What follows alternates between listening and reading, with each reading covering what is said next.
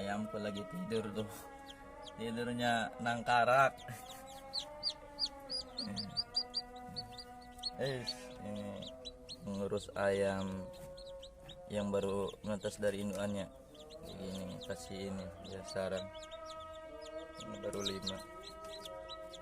Tapi apa yang terjadi akhir-akhir ini? Yang pertama,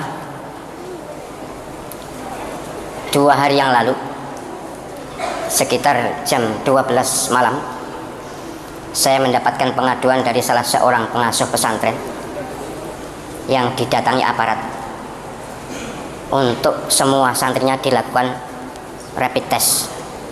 Apa namanya, rapid test atau swab ya, pokoknya dilakukan cek kesehatan jam 12 malam pakai seragam tertentu, tapi bukan seragam kesehatan, dan kalau toh kesehatan saya yakin tidak jam 12 malam. Tanya kepada saya bagaimana, tolak dengan tegas, tolak. Ada surat perintahnya, kalau ada surat perintahnya nanti yang kita protes yang memberi surat perintah. Tidak mungkin pejabat negara menugasi aparatnya jam 12 malam. Oke, ditolak. Memang ya kasihan juga pengasuh ini, karena bagaimanapun sendirian. Kemudian pulang, aparat itu pulang. Entahlah aparat apa, saya juga tidak tahu ya, dan saya tidak perlu tahu daripada membuka musuh.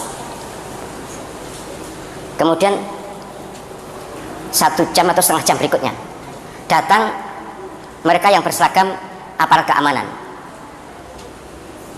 Ya kalau seragamnya sih Satpol PP dan polisi, tapi saya tidak yakin itu Satpol PP beneran atau polisi beneran, tapi seragamnya katanya itu. Difoto kok, difoto diberikan saya. Minta agar santrinya didata, minta data santri dan para ustadz. Saya lebih geram ya. Saya lebih geram karena saya ingat apa yang terjadi pada tahun 64 yang lalu. Ingat betul betapa ayah saya digerebek jam 10 malam. Sudah pernah saya ceritakan di sini. Minta daftar nama ustadz dan santri. Saya bilang tolak, jangan berikan. Marah-marah. Sudah kalau marah-marah biar marah, biar pokoknya jangan sampai diberikan.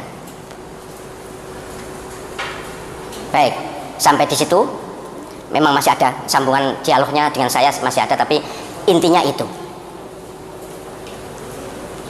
Melalui YouTube ini kepada semua pengasuh pesantren di seluruh Indonesia, saya sebagai sekretaris pembina YP3I, Yayasan Penguatan Peran Pesantren Seluruh Indonesia, saya serukan kepada seluruh pesantren di seluruh Indonesia, para pengasuhnya, tolong waspada. Sejarah akan berulang. Ini yang terjadi pada tahun 64 yang lalu. Saya masih kecil, tapi saya sudah beneh lah, sudah beneh, umur 10 tahun kok. Katanya ayah saya tahun 48 juga terjadi seperti itu. Bahkan kalau penjenengan membaca buku Banjir Darah akan bisa membaca betapa luar biasanya. Tidak terima gitu, tidak hanya minta ngetes atau minta daftar, datang membawa pedang, membawa celurit, langsung mengambil. Saya tidak menuduh siapapun, tapi saya serukan, ayo kita hadapi bersama. Jangan gentar. Umat Islam kalau kompak, kalau bersatu, Allah SWT pasti memberikan pertolongan. Iyalah, silakan baca Al-Quran surah Al-Anfal itu. Mengapa Nabi Muhammad SAW dan para sahabatnya itu kuat? Karena kompak, karena bersatu. Ini jangan mau digoyah-goyah. Jadi jangan mau panjenengan semua pengasuh pesantren di seluruh Indonesia, kalau ada gerombolan orang atau sekelompok orang mau ngetes, kalaupun ada, lihat dulu ada surat perintah atau surat tugas atau tidak. Pejabatnya jelas, siapa harus jelas, dan jamnya bukan tengah malam. Walaupun yang memberi surat siapapun pejabat tertinggi di negeri ini sekalipun, kalau jam 12 malam jangan terima, pasti ada apa-apa. Nek tuh meriksa kesehatan, meriksa jam 12 bengi, jam 12 malam itu. Untuk apa? Kenapa? Ada apa kalau siang? Pokoknya kalau ada modus atau apapun ya, pokoknya ngetes itu, meriksa itu, memang sekarang eranya seperti ini kan, ada alasan untuk itu kan. Kemudian minta daftar, nggak usah diberi, apapun alasannya. Kalau memang benar-benar minta, surat tugasnya mana. Tapi penjenengan seluruh pengasuh pesantren ada hak otonomi untuk tidak memberi.